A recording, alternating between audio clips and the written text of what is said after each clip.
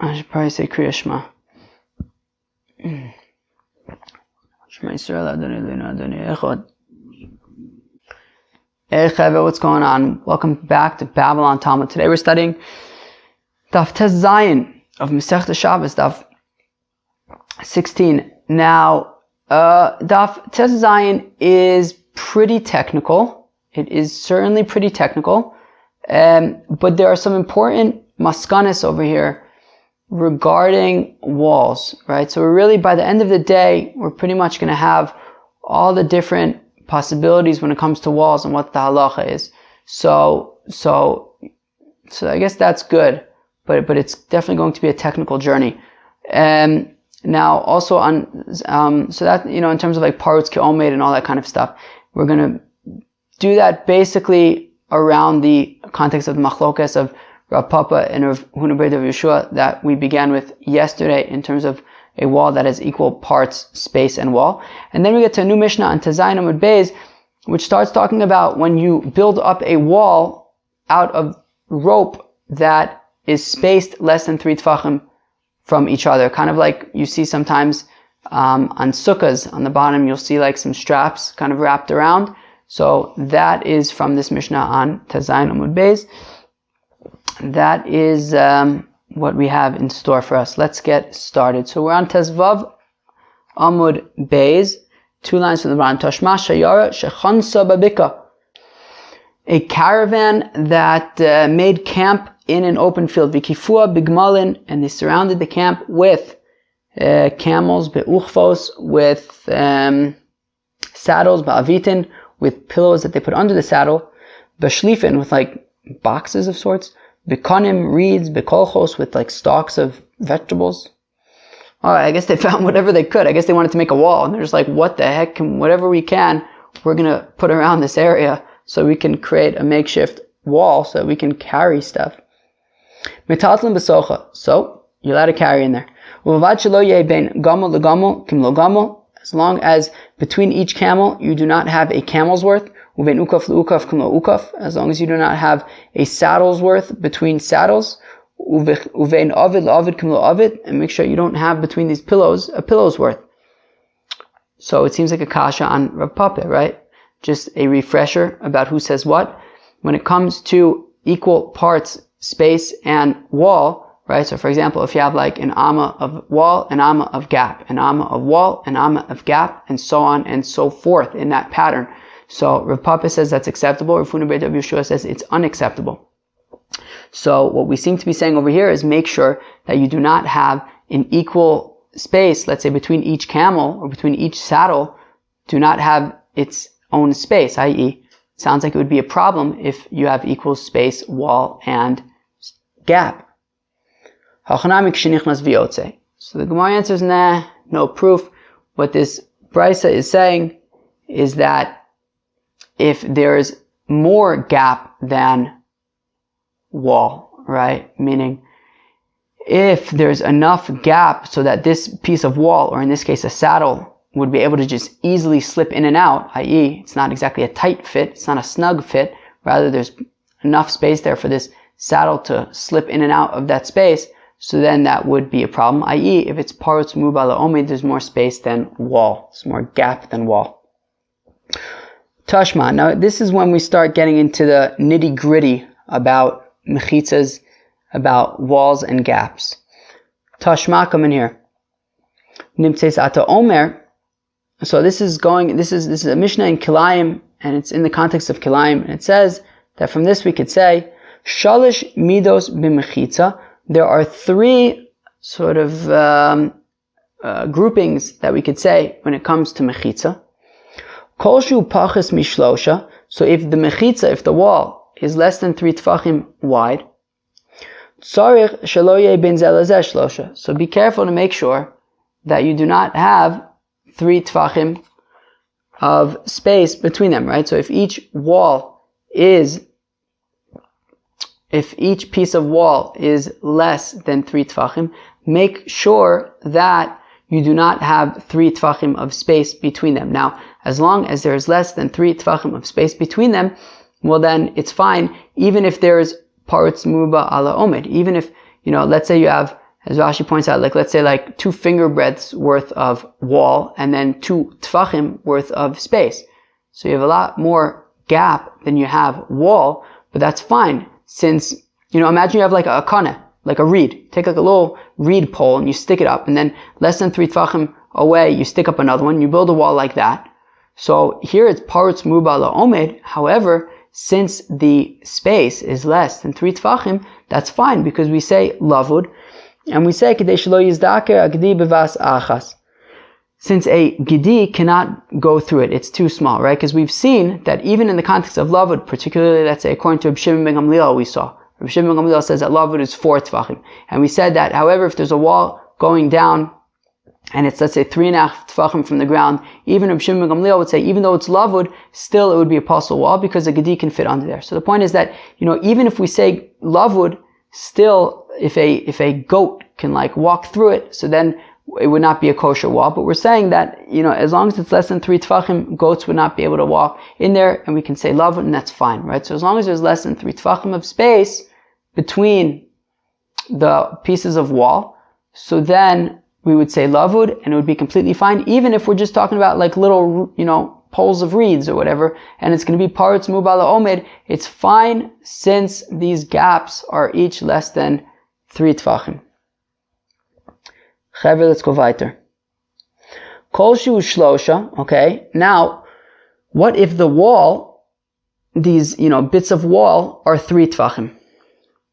Umishlosha ad arba'a, until, but not including 4 tfachim. Tzarich shlo yehei bein zeh lazeh kimlo'o. Make sure that you do not have equal parts, gap and wall. Right? Because once already it's 3 tfachim. So then, if you have equal parts, gap and wall, well then the gap is already 3 tfachim, you can't say lavud anymore. So if you now it's saying, right, kedei shelo yeh parutz ke'omed, so you shouldn't have equal spaces, equal parts, gap and wall. V'im haya parts muba la'omed, and if you had more space, if you had more gap than wall, af keneged ha'omed aser, then you can't even, remember this is kilayim, so you can't even plant your grains next to the walled area. Okay? So, when it comes to this walled area that's between 3 and 4 tfachim, right, not including 4 tfachim, up until 4 tfachim, between 3 and up until 4 tfachim, so then if it's parutz merubah la'omed, when it comes to parutz ke'omed, again, it's machlokas between Rav Papa and Rav Huna bar Yehoshua, and this whole brayso is really being brought in the context of that machlokas, so let's not say what the halacha is when it's parutz ke'omed. However, in terms of parutz merubah la'omed, it was pretty clear here that if there is more gap than there is wall, so then that wall is pasul, and you can't even plant your grains, right? Because remember, when it comes to kilayim, the whole point of this wall is to separate the grapes from the grains so that you'll be able to plant grains even within 4 amas. So we're saying that if there is more gap than there is wall, and that wall is 3 or more tfachim, but less than 4 tfachim, well then the wall is going, right, there's more gap than wall, the wall is going to be pasul, and you can't even plant your grains next to the walled parts. And we're going to see that there's a nafkamina once you get to 4 tfachim, as we're about to see right now. Kol shu dalid, now once you have a wall that's 4 tfachim, me'arba ad 10 amis, and from 4 tfachim of wall until 10 amis of wall, tzarich shlo yehei bein zeh lazeh kimlo'o, just make sure that there is not equal parts, wall and gap. Shlo yehei parutz ke'omed, so that parutz, that the gaps are not going to be equal to the standing space, to the standing wall.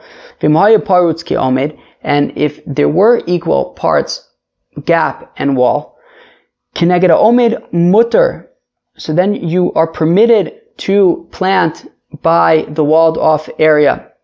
Keneged ha'parutz aser, but by the gap you are not allowed to plant. And as Rashi points out, and as we're going to see at the top of Tezayin and Beis, this even applies, listen up carefully friends, This even applies if it's parutz muba ala omed. Okay? So as long as the walled parts are 4 tfachim wide or more, so even if it is parutz muba ala omed, there's more gap than there is wall. So while the wall would be puzzle, okay, you would nonetheless be able to plant opposite the walled parts since they are 4 tfachim. 4 tfachim is considered significant, and you would be allowed to plant opposite the walled parts. Okay, so the real nafkamina between something that is 3 tfachim until 4 tfachim versus once it's 4 tfachim until, right, up to and including 10 amos, the nafkamina is that when it is less, when it is between 3 tfachim and less than 4 tfachim, if it's parutz muba ala omed, you would not be allowed to plant next to the walled area. But once it's already 4 tfachim, if it's parutz muba ala omed, you would be allowed to plant opposite the walled bits. Now, my omed muba ala parutz, if there was more wall than there is breach, af kineged haparutz mutter, right? Breach meaning gap, right? So if there is more wall than there is gap, well then it's pashit, a good wall, and you're even allowed to plant right opposite the gaps. Nifritza biyose me'eser. Now, if the gap is larger than 10 amis, aser, then you are not allowed to plant, I guess, opposite the gap. Right? It becomes a bad wall. Okay. Hayu sham kanim hadokranim. If you had over there like reeds that were sharp at the bottom and you stick them into the ground, vasala and peah milamaila, and then you make a tzuras haPesach by taking some like vine and attaching it to the top. Afilu biyoser me'eser mutter. So then even if the width between the poles is more than 10 amis, it is mutar, it is permitted, at least when it comes to kilayim. Everyone agrees that a tzuras haPesach would be a good wall, even if the area between the gap between the poles are more than 10 amis. Fine. Now, how does this tie in to the discussion between, or the machlokas between Rav Papa and Rav Huna Ber Rav Yoshua about omed kifarutz, when you have the wall being the same width as the gaps? Katane mias reisha migimo ve'adalid. Well, we said in the reisha really being the second case, right? We brought 3 cases. One was when the walls and the gaps are less than 3 tfachim. The other was from 3 until 4. The other one was from 4 until 10 amos. So the reisha referring to the middle case when it was from 3 tfachim until less than 4 tfachim. So we said that you just have to make sure that there is not equal parts, wall and gap. So you have to do Rav Papa. Now this is a kasha on Rav Papa, because Rav Papa said that parutz ke'omed, when you have equal parts, gap and wall, parutz ke'omed is mutter. Now over here we're saying make sure that you do not have parutz ke'omed, which certainly sounds like it's aser. Amalach Rav Papa, so Rav Papa will respond to you. My milo nichnas v'yotze. No, what does it mean that you shouldn't have parutz ke'omed? It means that the parutz should not be enough that the omed can easily slip in and out, i.e. slightly more than the omed, which would be parutz meruba ala omed. Hachinami mistavra. The Gemara wants to argue that this actually makes sense. Midiktani maya parutz meruba ala omed, from the fact that that section of the brisa immediately then moves into being parutz meruba ala omed. It starts talking about when there's more gap than there is wall. So af keneged omed also, we say that you can't even plant next to the wall since it's less than 4 tfachim. Hake omed mutter. The implication being, but if it was parutz ke'omed, if it was mamish exactly the same, well then it would be a good wall and there would be no problem. Shma mina. So let's say that this is a kasha for Rav Huna Ber Rav Yoshua. We just explained how the Brisa is saying that Paretz Ke'omed is actually permissible. How does that work out for Rav Huna bar Rav Yehoshua, who says that it is not permissible? Amar Lach, so he will respond to you with a Taimech Ema Seifa. Well, let me explain to you a little something about the Seifa. What does it say in the Seifa? If there was more wall than there was gap, well then af keneged aparutz mutter, you can even plant opposite the gap.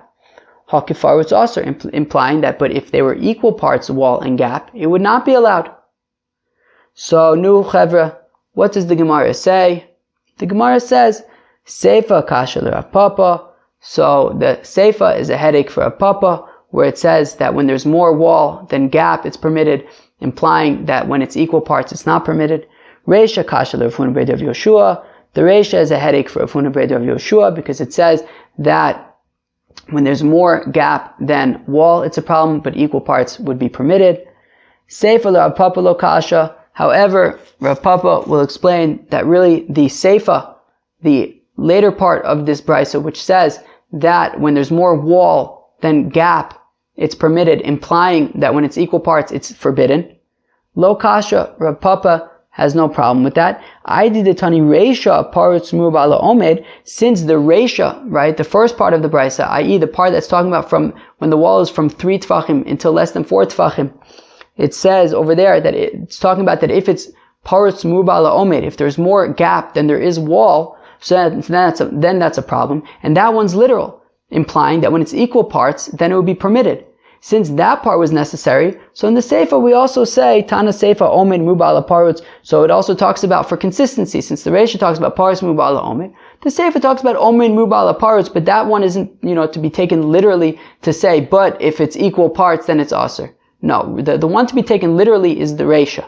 The Reisha is Parutz Muba ala Omed is a problem, but if it's Parutz Ke'omed, equal parts, it would be mutter. Then the Seifa for consistency says, look, also if it's Omed Ruba ala Parutz, if there's more wall than there is gap, then certainly that is acceptable as well. But do not imply from there that equal parts would be a problem.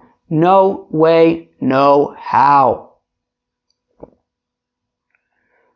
Reisha Rav Huna bar Rav Yehoshua lo kasha, and Rav Huna bar Rav Yehoshua is going to make a similar argument as regards the Reisha. Right, again, the Reisha is saying that Parutz Muba ala Omed is a problem, implying that Parutz Ki Omed, equal parts would be mutter. Rav Huna says, no way. He says, I did it by the Mishneh Seifa Omed Muba ala Parutz, since really we needed this Seifa, really we needed the part to say that when there's more wall than there is gap, it's permissible, implying, and that's the one we're going to make the diuk from, implying that when it's equal parts wall and gap, it's not allowed. And the Reisha, which implies when it says that when there's more gap than wall, it's not allowed, implying that when there's equal parts gap and wall, it is allowed. Do not make diukim from there. Tana Reisha parutz mubala omed. So because in the Seifa we had to say omed mubala paritz, therefore in the Reisha we also talked about parutz mubala omed, but really just for symmetry. Don't make diukim from Darton. Chevre, let's move on. Bishlama l'Rav Papa. I understand Rav Papa's view. Mishum hachi lo erev lehu v'tani lehu. Says the Gemara, I understand Rav Papa's view. That is why in the groupings of this brisa, there were 3 groupings of the brisa. The first grouping was when the wall is up to 3 tfachim, and when the space is up to 3 tfachim. Right? In that case, it's permissible, right? However, if the space would be 3 tfachim, so then we're saying it's a problem. Now, according to Rav Papa, if the space was 3 tfachim and the wall was 3 tfachim, there would be no problem with that because it would be parutz ke'omed. Therefore, I understand why, right, this makes sense. If we hold like Rav Papa, I understand why when the wall is 3 tfachim, it is not included in that first grouping, and instead it's bumped to the second grouping. Because if the space was 3 tfachim and the wall was 3 tfachim, Rav Papa would say it's fine. But the first grouping is implying that it would not be okay, and therefore, it clearly, according to Rav Papa, it doesn't belong in that grouping, and that's why it's bumped up to the next grouping. Gosh, I hope that that's clear. Maybe? Is there a clear way to do it? Yeah, there must be a clear way to explain it. Hopefully that the way I explained it was the clear way? Gosh. Alright, so let's read this again. So Bishlam Rav Papa, I understand according to Rav Papa, who says that parutz ke'omed is acceptable. Mishumachi lo erev lu v'tanilu. That is why the brisa does not include when a wall is exactly 3 tfachim in the first group, because the first group is saying that space is only allowed up to 3 tfachim. Once it's 3 tfachim, then you would have a puzzle wall. But according to Rav Papa, if the space is 3 tfachim and the wall is 3 tfachim, that would be permissible. Therefore, the exactly 3 tfachim wall doesn't belong in that first grouping. Therefore, it needs to get moved out to the second grouping, which is from 3 tfachim until less than 4 tfachim. Basically he learns it to say as long as it is parutz ke'omed or omed mubala parts would be acceptable, but if it was parutz mubala omed, it would not be acceptable. Fine. So el Rav Huna breder Rav Yoshua le'arvinu, but according to Rav Huna breder Rav Yoshua, who says that parutz ke'omed, when you have equal parts wall and gap, it's not acceptable. So then why don't you include, right, v'lisninu kolshu pachus mishlosha vishlosha, that any wall that is less than 3 tfachim, or even if it's exactly 3 tfachim, tzarich shlo yeh ben zeh lezeh shlosha. You have to make sure that there is less than 3 tfachim of gap. Because once it's 3 tfachim, it'll be a problem, even if the wall itself is 3 tfachim, because then it's parutz ke'omed, which is a problem according to Rav Huna breder Rav Yoshua. But from the fact that 3 tfachim wall is not included in that first grouping, doesn't that imply that 3 tfachim wall and 3 tfachim gap would be acceptable? So Rav Huna breder Rav Yoshua says, no, it doesn't imply that. I mean, really, if you're asking me that le'alacha, kilo, at the end of the day, is parutz ke'omed a problem? Yes, parutz ke'omed is a problem. Theoretically, if you have 3 tfachim of wall and 3 tfachim of space, is that a problem? Certainly it's a problem. So then how come it didn't include it in the first grouping of that brisa? Because it's apples and oranges. The first grouping of the brisa is talking about lavud. The second group of the brisa is talking about parutz ke'omed. Now, if you would include a wall that's exactly 3 tfachim in the first grouping of the brisa, then you would be joining 2 concerns. Right, in computer programming, that's like a thing that comes up. You don't want to have multiple concerns in one object, in one class. You want to kind of have things nice and neat. So here also, kilu, yeah, sure, you can group them all together and say, look, if you have walls that are less than 3 tfachim with space that's with gaps that are less than 3 tfachim, that's puzzle. And also if you have walls that are 3 tfachim and gaps that are exactly 3 tfachim, it's also puzzle. Sure, you can group them all together, but you're grouping different things in one place, right? The things that are less than 3 tfachim with gaps that are less, right, that are 3 tfachim. The issue there is lavud. When you have a wall that's 3 tfachim and the gap that's 3 tfachim, the issue is because of parutz ke'omed. You don't want to group them together, so rather take out the when the wall is 3 tfachim, move it into the next group, which is talking about parutz ke'omed, and then leave the first group concerned only about lavud. So mishum de lo dami, right? Psula de reisha le psula de seifa, because the psula being talked about in the reisha is different than the psula being talked about in the seifa. Psula de reisha k'dei shelo yizdakar agdi b'vasachas, right? The reisha is talking about lavud. It's talking about making sure that no goat can get in dartin. Right? Psula de seifa shelo yeh parutz ke'omed. Whereas in the seifa we're talking about parutz ke'omed, which is a different halacha. Nothing to do with goats. Pachus mishlosha mani rabbanan. Now, I'll tell you honestly, there are parts about this next Gemara that I don't really understand. I'm not even sure that they're supposed to really make sense. I'm probably a combination of wrong about this and also a combination of maybe not really caring enough. Is that the right word? I don't know. I don't know. Yeah, whatever. I'm probably wrong. But the fact of the matter is, let's just assume I'm wrong. But still, there's parts of this I don't really get. But maybe that's okay. But there are parts of it that I do get. So the parts of it that I do get, we can do. And the parts of it I don't get. Let's move on. The reason why I don't understand this is because we seem to be equating the size of the wall with lavud, but like lavud should be based on the size of the gap, not the size of the wall. Unless maybe I'm missing something, or unless there's some convoluted way to say that really it is talking about the gaps in the gaps based on the walls. I don't know. I don't really get it. What do you want me to tell you? Palchus mishlosha mani rabbanan. So when we're talking about, I think we're talking about walls that are less than 3, meaning the first category, the first grouping in the Brisa, which is talking about walls that's less than 3 tfachim. So that is based on the Rabbanan, who talk about lavud being 3 tfachim. Being based on 3 tfachim, right? The Amri Palchus mishlosha amina lavud. Shlosha lo amina lavud. But once it's 3 tfachim, so then we don't say lavud anymore. Ema seifa. But then what about the next part of the Brisa, which says koshu shlosha mishlosha vad arba? That when the wall is from 3 tfachim until less than 4 tfachim, well, once we start talking about 3 and 4 tfachim, so then Asan Rabban Shimon ben Gamliel. Well, that must be talking about Rabbi Shimon ben Gamliel. The Amr Pachus me'aba lavud, that he says that less than 4 is lavud. Now again, I don't understand what walls have to do with lavud. Lavud is usually about gaps. I don't know. Di Rabbanu mishlosha vad arba shlosha v'arba chadu. Because if it was the Rabbanan, who cares from 3 tfachim until 4 tfachim? Once it's more than 3 tfachim, so we don't say lavud anymore. Who cares about 4 tfachim? So that's the kasha. And I don't really understand the kasha, because if I understand it as being referring to the walls, but lavud has to do with gaps. Okay, I don't get it. But the answer is nonetheless equally interesting and valid. So, Amr Abai, says Abai, Miduresha Rabbanan Sefanami Rabbanan. So Abai says that since the Resha is the rabbis, because we said that it's talking about lavud based on 3 tfachim, so then we'll also say that the Seifa, which is talking about when the wall is from 3 tfachim to 4 tfachim, it's also the rabbis. Okay, so why do we make this distinction? Because Seifa Nami Rabbanan, okay, Umodu Rabbanan, and this is what I was saying earlier, which is very interesting, that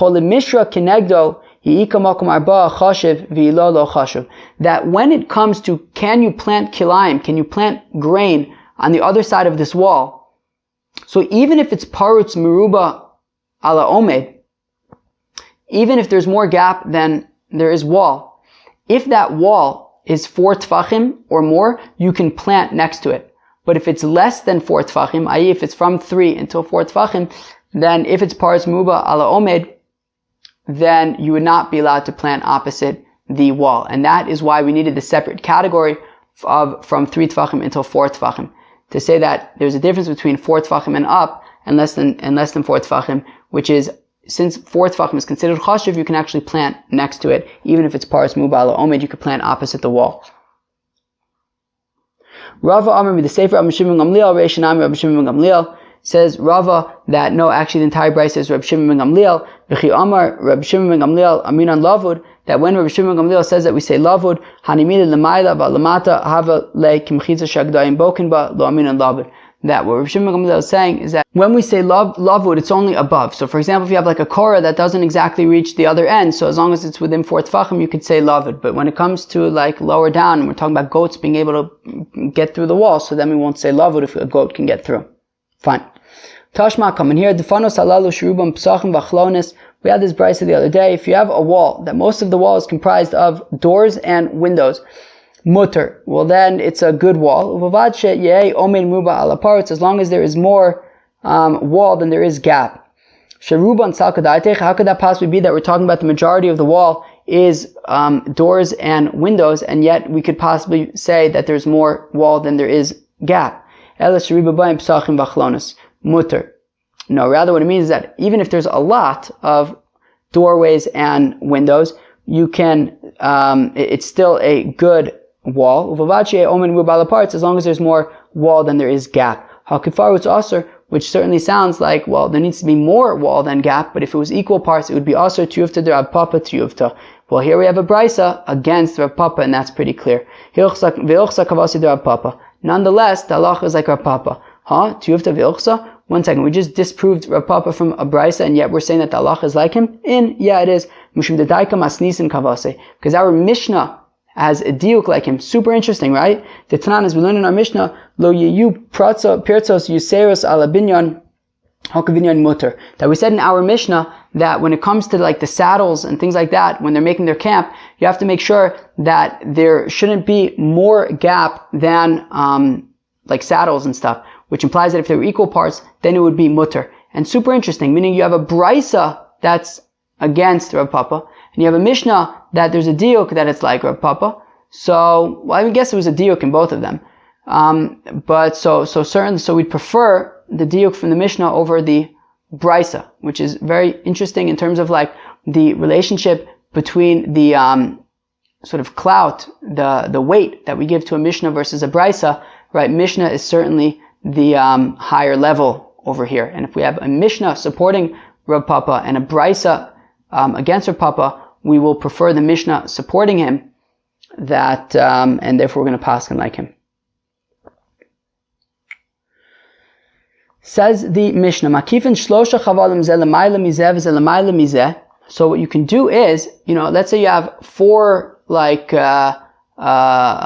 posts, right, that are one in each corner. You could take a rope and you can tie it around these posts and create kind of a makeshift wall like this. I don't know, in my mind right now, I'm getting like a boxing ring kind of thing in my mind. There's like ropes so maybe the Maisa boxing ring is a Rishus HaYachid. You can carry in there on Shabbos.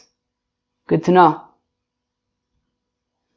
So if you have these 4 posts, right? And there's 3 ropes. Each rope is above the other.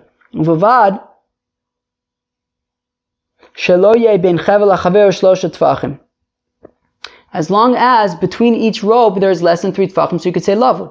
So you basically have a wall that consists of a few like walls, of a few like ropes or strings even, and with like, it's clearly mostly space. It's paras mubala omed, right? It's clearly space, but these ropes are within 3 tfachim of each other, so as far as we're concerned, it's completely walled. Shir chavalim ovyan yaser al tefach. Now just make sure that the thickness of these ropes together cumulatively equal a tefach, akol asar tefachim, so that this wall will be 10 tefachim, right? Because each rope has to be slightly less than 3 tefachim away from each other. So basically, you have slightly less than 9 tefachim of this wall space stuff, which means that we just want to make sure that the rope cumulatively will be have enough height to be 1 and a little bit of tefachim, so that we have a 10 tefach wall. Makifin bekanim, and you can similarly do a similar thing with reeds, i.e., uvad shelo yehi ben kanet lechaveru shlosha tefachim. So you can take these reeds and you can stick a bunch of reeds next to each other, and that makes your walls, even though it's parutz muba ala omed, as long as the space between these reeds is less than 3 tefachim. Now, bashayara dibru Rabbi Yehuda. Now, Rabbi Yehuda says, look, these kind of makeshift walls really only work for caravans. However, just for one guy who wants to do something for himself, this would not be an acceptable wall. Whereas the Chachamim say the only reason that we mention a caravan is because that's the most common context in which you will need to make these makeshift walls. However, even if one little guy wants to make a makeshift wall out of reeds or out of ropes, that would be acceptable as well. Says Rabbi Yossi Rabbi Yehuda that if you have one of these rope walls, but it's not shesiva erev, you don't have both the horizontal ropes as well as the vertical poles, I guess everything within 3 tefachim of each other, that would not be a good wall, right? You need it to be both ways. Chacham say, look, all you need is one of these things, l'maaseh. You only need either the vertical, either like the reeds or the ropes. That would be enough. Amar v'amnuna amar Rav, hari amu omed meruba ala paretz b'shesi avi omed.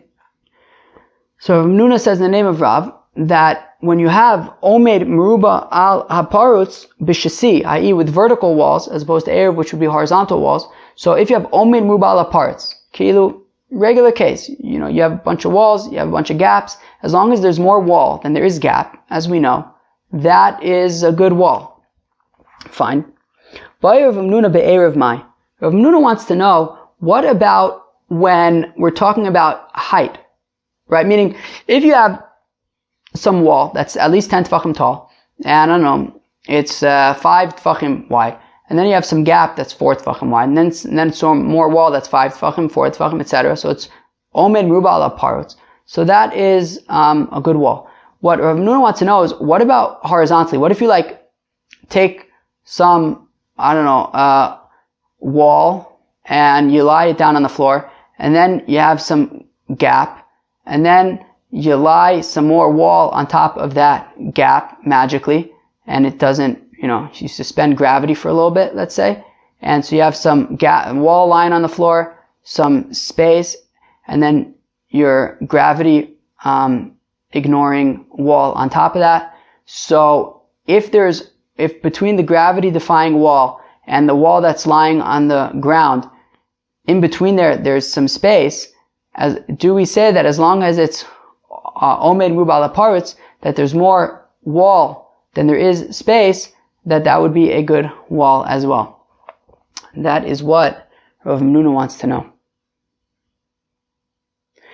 So Amar Abaye Tashma. So Abaye says, well, let's take a look at our Mishnah and try to figure out from what our Mishnah does and doesn't say if there could be an implication for our gravity-defiant wall. Now, obviously, it doesn't have to be a gravity-defiant wall. You can build it in such a way that it isn't gravity-defying. Whatever. Tashma. More sirens. Tashma. Shir chavalim ve'ovyan yaser al tefach shiu akol asar tefachim. So Abaye points out that our Mishnah, which talks about a very interesting wall, which is that, it's pretty much entirely space. It's almost 90% space. Yet it works as a wall. But we say, make sure to do it in such a way that, all the spaces are going to be within 3 tefachim of each other, and make sure that the rope is tall enough so that it's 10 tefachim. Even though there's a big chiddush here in terms of lavud, it's really a pretty generic wall. At the end of the day, you're left with a solid wall, albeit a lavud wall, but a solid lavud wall of 10 tefachim. There's no other chidushim other than the fact that we say lavud, which I guess is a pretty big chiddush. However, v'i isa, if Rav Hamnuna, what you're asking about, was, I guess, accurate. Meaning, if it would be possible that when it comes to the height of walls, or parts muba ala omed, or really omed muba ala parts in the context of going up of Erev, well then I could give a different example, which is lama li, right? So yaser al tefach. Right, how come I need this setup? So, pachas mishlosh v'chevel mashu. Rather, what you should do is, you should go from the ground less than 3 tefachim and put just some rope, whatever the amount is. Ufachos mishlosh v'chevel mashu. And then go another less than 3 tefachim and put some rope over there as well, regardless of how tall the rope is. Ufachos me'arba'a v'chevel mashu. And then, you can go 4 tefachim and have a little bit of rope. And basically the idea being that the first less than 3 tefachim, so we would say lavud, and then you have another less than 3 tefachim, so you would say lavud again. But between sort of the first less than 3 tefachim plus the little bit of rope, and the next less than 3 tefachim plus the little bit of rope, you have 6 tefachim. And then you go another 4 tefachim of space, and then put a little bit more rope. So you could say, well, the first 2 lavud parts in total are 6 tefachim. And then even though there's a gap of 4 tefachim now until the upper rope, but essentially, so what? You have a wall that is omed meruba ala parutz. 6 tefachim of wall, of lavud wall, and 4 tefachim of space. So from the fact that the Mishnah doesn't say that, instead says you have to make sure that the sections are each less than 3 tefachim and that there's enough rope so that in total you'll have 10 tefachim, but you can't have more, any gaps or anything, must mean that we are not saying omed meruba ala parutz is acceptable when it comes to height. But then the Gemara says, v'tizbra. But Abaye, your very interesting suggestion isn't practically sensible. This area that's 4 tfachim, or really slightly less than 4 tfachim, where exactly are you going to put this area? If you're going to put it at the bottom of this interesting wall, well then well, the goats can walk in there, and that would kind of mess up your wall, because we know a wall that goats can walk under is not a very effective wall. And if you're going to put this section of 4 tfachim at the top of your wall, well then well, remember that concept of the space on either side of the wall being mivatalit? Meaning, what do you have? So you have 6 tfachim of wall, of lavud wall. Now you have a little bit less than 4 tfachim of space, and a little tiny bit of rope, and above that, until the sky, is more space. Well, guess what? The little bit of less than 4 tfachim on one side of this rope on top, and then all the space from that rope all the way up to heavens, right? There's a lot more space on both sides of this rope than there is rope. Therefore, that rope, as far as we're concerned, doesn't exist, and then you only have 6 tfachim of wall. So that won't work either.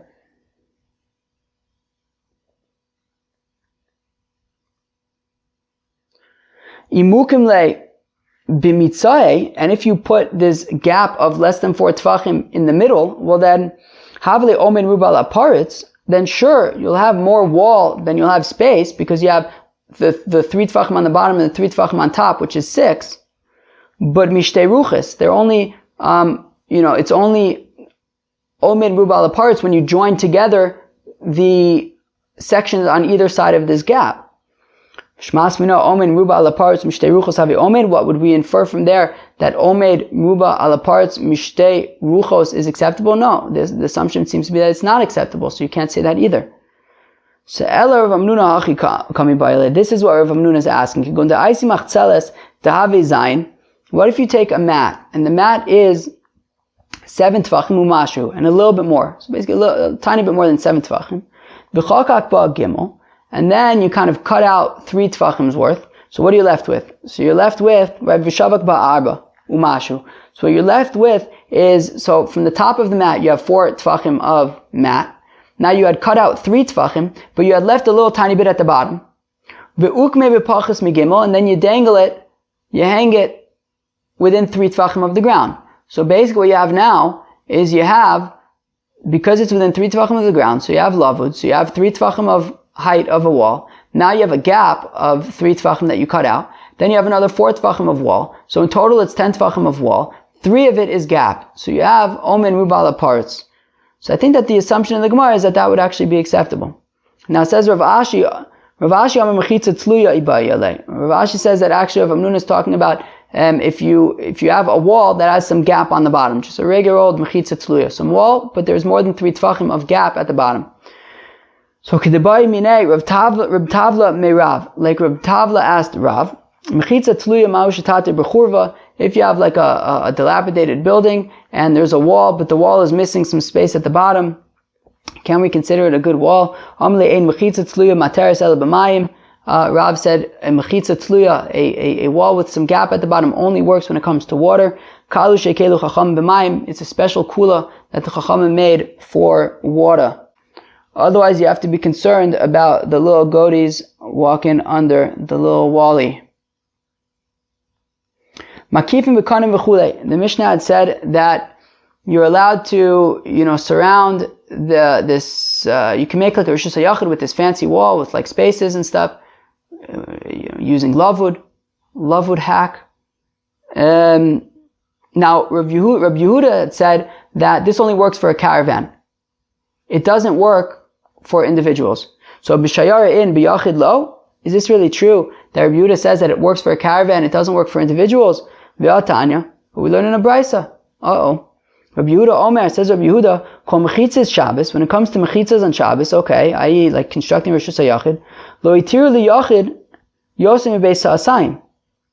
So a yachid isn't allowed to use these fancy lavud hacks if he wants to build himself a Rosh Hashanah that's larger than Beis Ha'asayim, 5,000 square amos. Implying, as long as it's less than a Beis Ha'asayim, Rabbi Yehuda would say it's fine. So, on the one hand, our Mishnah seems to be saying that Rabbi Yehuda says that these lavud hacks will not work for an individual.